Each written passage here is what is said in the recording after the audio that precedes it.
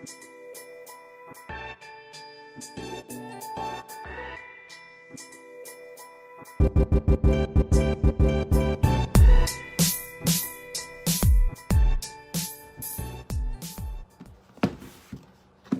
going on, guys? It's Wednesday, it's pizza day. We're gonna be finishing that pizza I told you we were making today. So if you guys remember, on Monday I showed you guys how to make pizza dough when we made biscuits.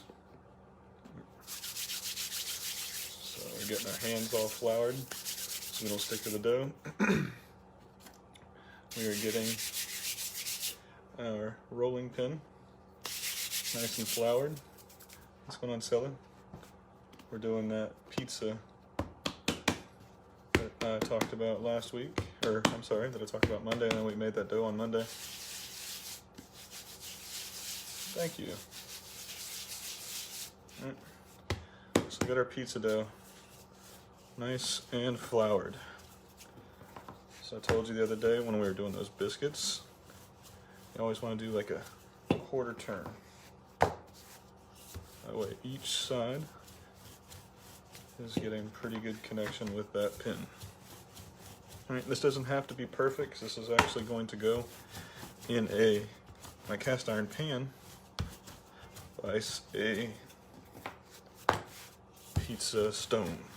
I think the cast iron thing would give it a nice crust. We got our oven heated at 550, which is the highest for most at-home use ovens. That's what it's rated for. So that's what we got it set to. For this, you want a high temperature.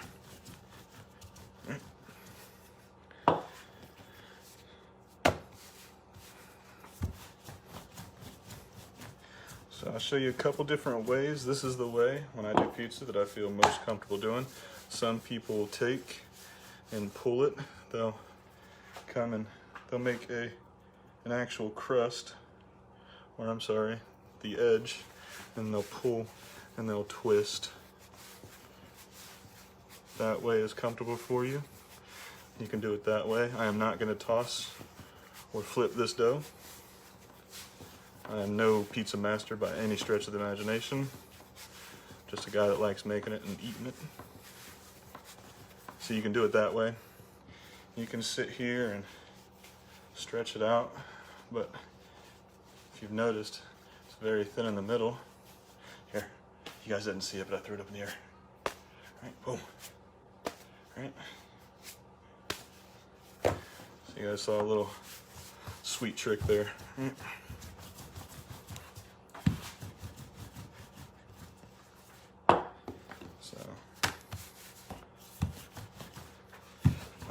Try to keep it as evenly as possible.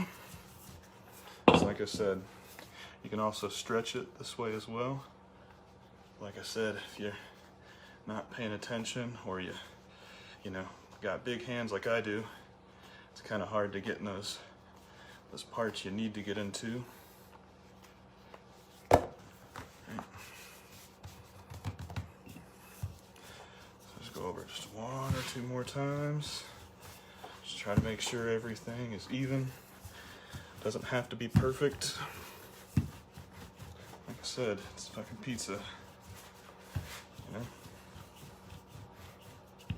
I just want to make sure it's as even as possible, because when I do put it into that cast iron pan, it's going to have some of a lip to it, so you will have that crust like most pizzas do, to an extent. I just like to go around the edges with the most of the weight here. Like I said, boom. And that is our piece of dough. Let's go one more time. Like I said, you go around the outer edge. Oops. Trying to get it so you guys can see what I'm doing. And when you do this, you're just taking the knuckles, you'll catch it with the knuckles close, and then you'll pull those knuckles away just a little bit. Like I said, this will help stretch your dough as well, but you got to move fast because gravity is not your friend with pizza dough. and you don't want to get it so thin. And try to get it as even or as equal as possible. And I'll show you something else. I like doing this because these do rise pretty good. So just a standard fork. What I like doing is popping it around. Now, like I said, not a professional at making pizza or rolling out this dough. So it is gonna be a little bit, you know, a little uneven, but it's going in a cast iron pan, so, you know, it doesn't have to be the perfect slice.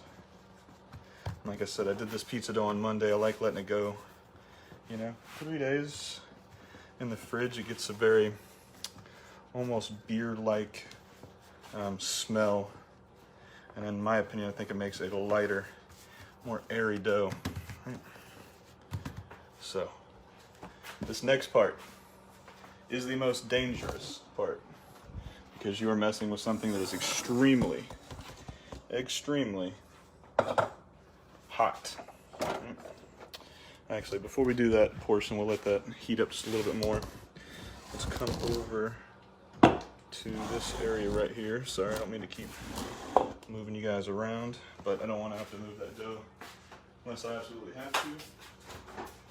So, let's start with our cheese first. That way, you know, we got some fresh mozzarella here. Fairly inexpensive.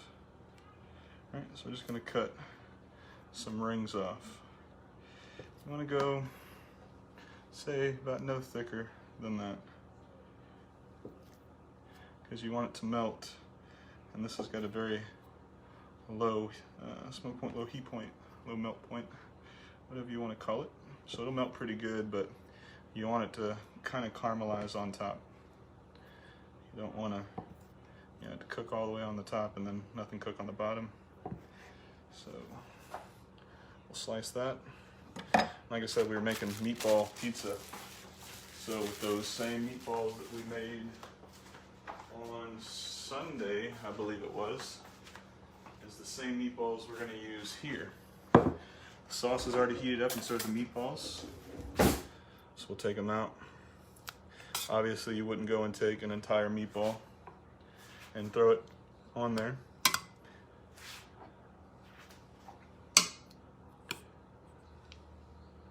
So we're going to cut these bad boys in half. That's sauce.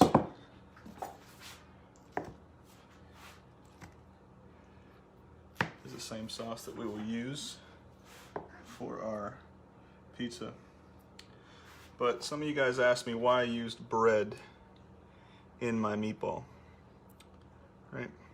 If these were a meatball that you would use or you would make with breadcrumb, vice the bread trick I showed you with the milk, you'd have a very stale meatball at this point. I'm gonna put you guys back over here.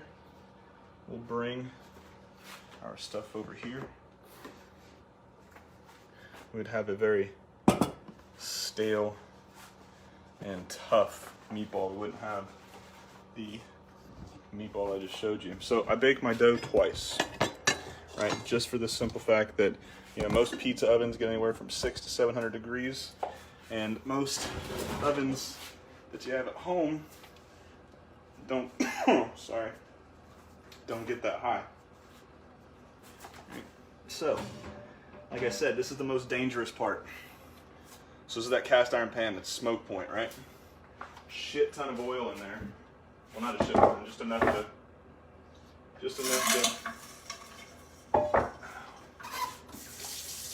to keep it coated and unrusted, right? So we're gonna take that dough that we just rolled out. Like I said, this is the most dangerous part. And it'll start cooking almost instantly when it gets hit. So, when you do this, take that fork and pull it and push it down, make sure it's getting it. You can already start to see that it's making an air pocket as well. That's what the fork is helping with, right? Because if you didn't, it'd turn into one big ass pita pocket. Right? and I leave it in there while it's heating up, while the oven's heating up. That way, everything is at the same temperature. And we've got some olive oil here. All right. Pour a little bit on there. We'll get our little brush and we'll brush this down. This gives it a nice flavor. It also helps put a little golden onto it as well. One second. Washing my brush real quick.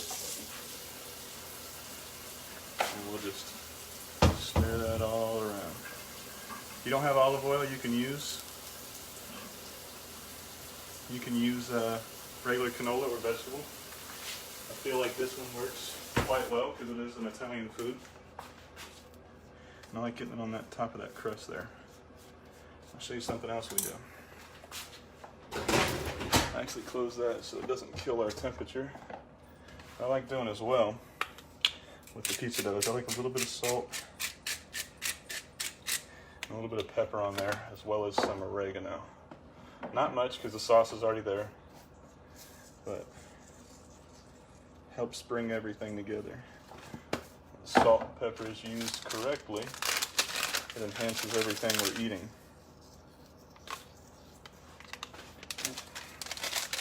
So, this is actually puffed up quite a bit. So we're only going to have to put it in there maybe, let me see. Yeah, we'll put it in there for probably a minute and a half to 2 minutes. That way it just rises a little bit. That way you don't have raw dough cutting in there. So I'm going to look at everybody's comments if you guys have them. I'll go ahead and start answering them now while we wait. What's going on, Bread Vines? Erica, hello, thank you. Working that rolling pin. Yep, that was my granny's rolling pin. Baby Yoda's the way, Vanilla Gorilla. I'm not really sure what that means. I've seen The Mandalorian. No pineapple, please? No, it's just meatball pizza. All right, I had meatballs left over. Whenever I do something like meatballs or the chicken and biscuits, you know, usually with the biscuits I can reuse. We just got some basil here for some color, plus it's very fragrant and great little basil kick. There's already basil in my sauce, but like I said, it's nice color. It's nice little to bite into some basil.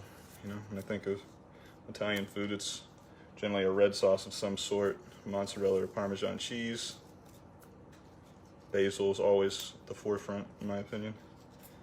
So, all right. Just like taking these. Let's check on our dough real quick, because like I said, it's not going to take long in that cast iron pan, and we don't want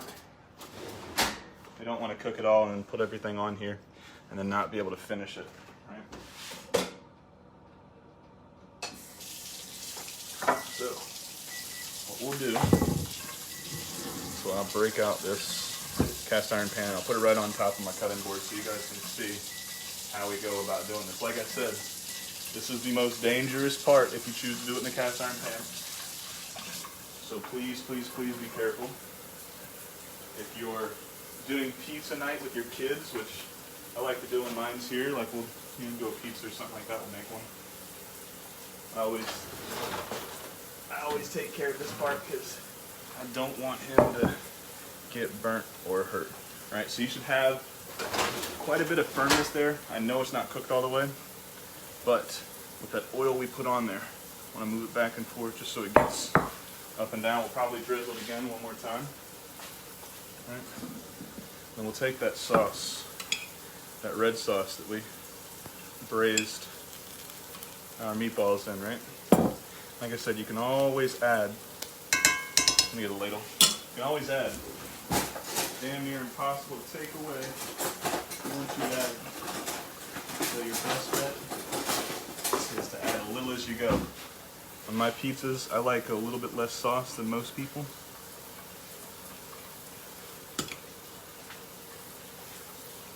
I don't like an overly sauced pizza.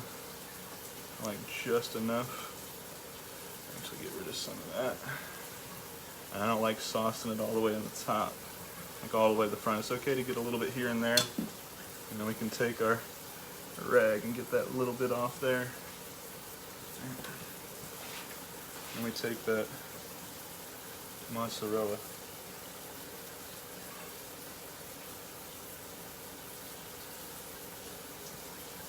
So you can use shredded if you'd like. I just had this on sale, so I figured, you know, why not? So we're not going to put the basil in just yet because I don't want it to burn while this is melting. Just wash your hands real quick. Make sure you dry your hands thoroughly before you touch that cast iron pan with a towel again. That water will cut right through it and burn the shit out of you. Right. We'll actually hit it with just a little bit more of that olive oil. Put your thumb over it so you can control how much comes out. And it'll actually help add a little bit of color as well. A bit more on top.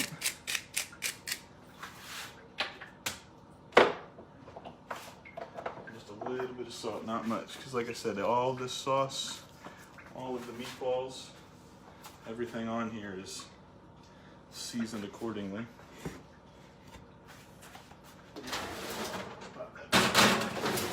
Like I said, that oil is going to help tighten up and put some nice color on that pizza dough. So, while we're waiting to add our basil, because that's the last part, whenever you're making soups or stocks, you always want to add this about 15 to 20 minutes before you're done to keep the color.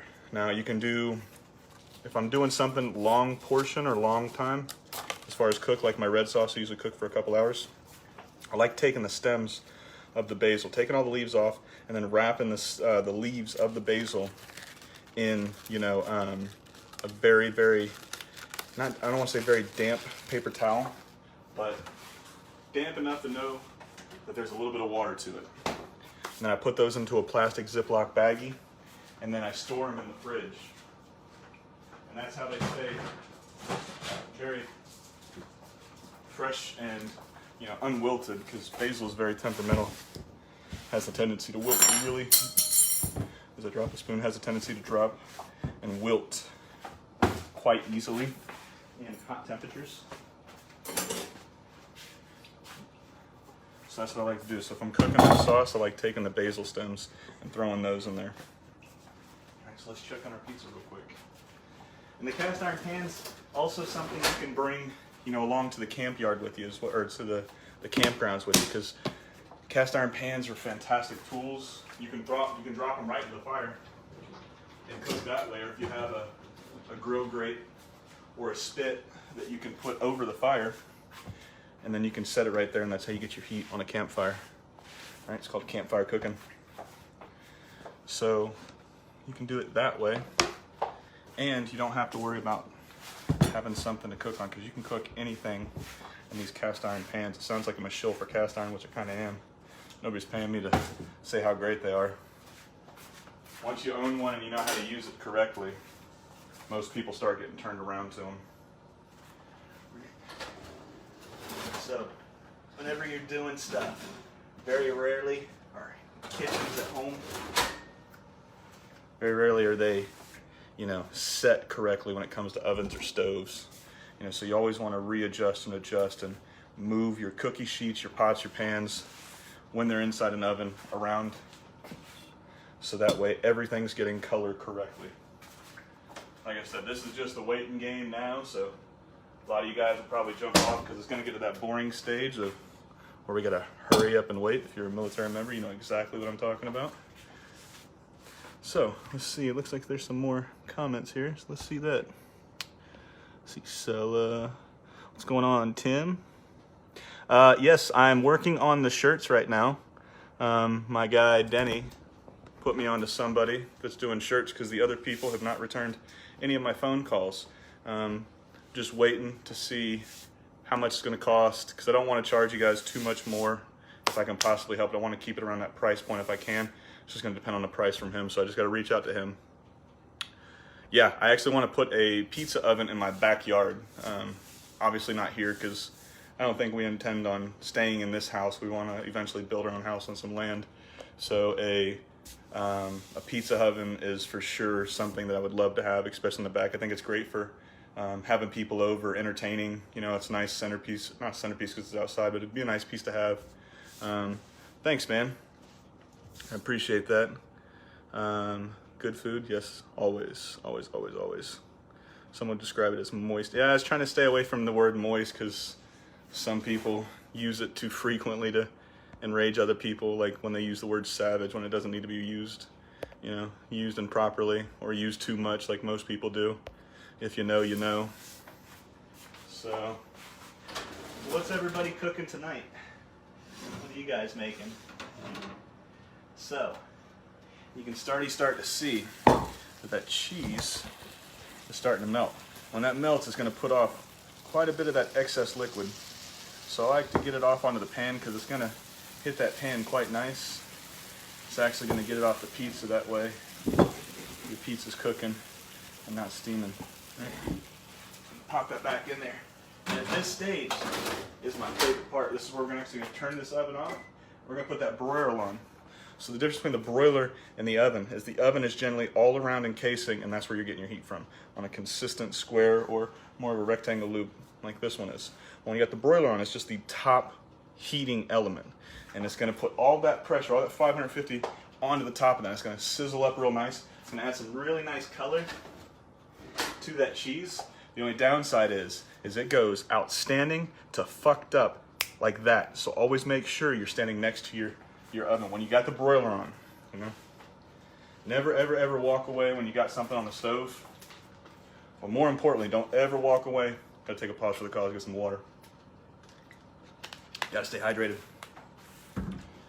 Never walk away from your broiler. Like I said, this thing has the tendency to go real quick. It's already starting to put some color on this cheese. So what I'm actually gonna do is just pop it back and forth, and I'll probably leave it open just so you guys can see in there. Don't mind my cookie sheets in the bottom, storage space. So I can already start to see it's getting really, really, really nice color. Right, so we're gonna keep turning it so everything's kind of getting some nice color. Like I said, we'll just leave it open so we can see it. If you got kids running around, don't ever leave it open. All right. And at this stage, you can also get a blowtorch. They work fantastic with these, so you can, because it's already melted, you could already eat it right now.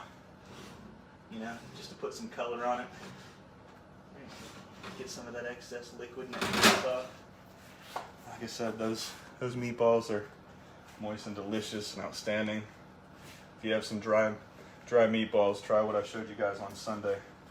How to throw these bad boys together. So, our vote for ropa vieja and chicken, I'm sorry, I say that every time, arroz con pollo is almost to an end. We've got about 5 hours and 22 minutes left to vote. So, and it's really close. I mean, it's only like a 5-point difference. I think ropa vieja still has it. So if you guys have not voted, make sure you get your vote in. I will announce the winner probably around 12 tonight, maybe early in the morning, just depends on how I feel. It is game night. It's Wednesday. So, yeah, that's kind of the focus right now, is finish this dinner, get ready for game night. So at this stage, like I said, we're almost ready to put our basil on. Right? So you can see the color that we're starting to get on that pizza. But like I said, I want a nice char on there. And then right after that, that's when we're going to add our basil. And I'll never add the basil until the end. If I do, it's going to get dry and crinkly and turn real brown before I get a nice color on that mozzarella. Right. So, like I said, it's just the waiting game and the turning game. Like I said, you want to keep doing it so it's getting an even color. You just leave it on one side, it's just going to brown real hard on one side. It'll mess up that crust, those 3 days you've been waiting to eat this pizza. Like I said, it's all about patience at this point. You've already waited 3 days for this pizza dough. What's another 5 minutes, you know?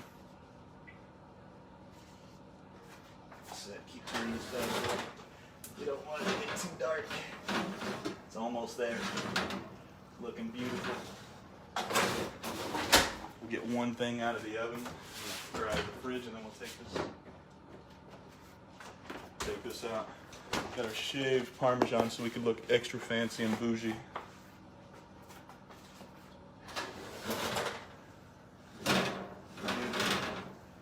Beautiful.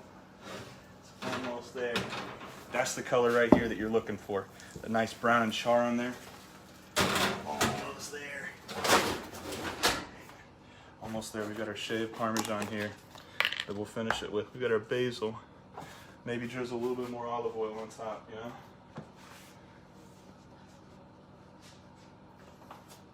So I've showed you 3 different ways, and obviously all 3 ways you guys probably knew on what to do with meatballs.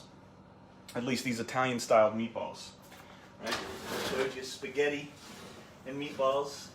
I showed you meatball subs with fresh rolls, and now I'm showing you a meatball pizza, which is an outstanding way to use 3 different meals, yet they're all focusing on the same kind of culinary adventure, if you will, or the cuisine. Italian cuisine. Alright, so that's about as far as I'm going to take it, because I don't want my dough to get any darker. Okay, so let's get this off here. We're going to go a little bit of Parmesan right on top. And that's why I didn't add too much salt to this, because Parmesan cheese is already naturally salty.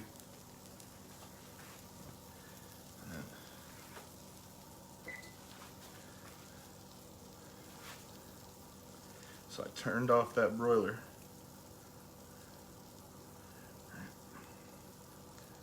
So it's not going to be on that top heat anymore. So the residual heat is going to help wilt that basil just a little bit. We're not wilting it much. Just enough so it's not, you know, sticking up and fibrous, and we'll pull it off one time and, you know, pulls all that mozzarella with it and burns that shit out of you. I've had that happen. It's no bueno.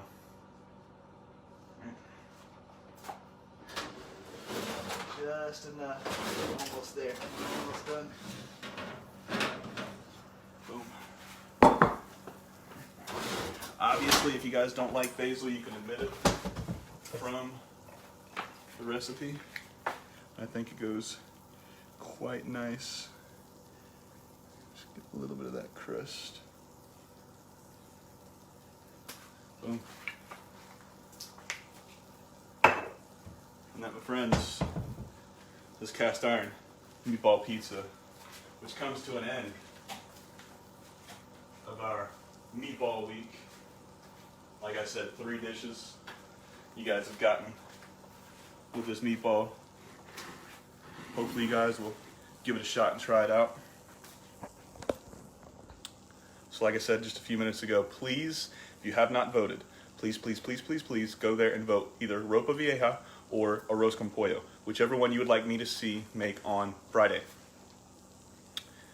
Also, if you guys have not yet, please like and share the page, follow the page. We are almost at 2,500 people. Almost at 2,500 people. Almost. Last time I checked, we were like 15, maybe 20 away. So if you have not liked the page, please like the page. Please share the page. Share this photo that I'm going to show you. Share this video that you guys are watching right now, and come back on Friday. Like I said, in 5 hours and 17 minutes, the poll or the question for Ropa Vieja and Arroz con Pollo is over. So you've only got that much time. So if you want to vote, vote. Also, tomorrow we're going to be doing some kind of engagement post, so please interact with that. I will see you guys on Friday. Thank you for spending the time with me. Bye-bye.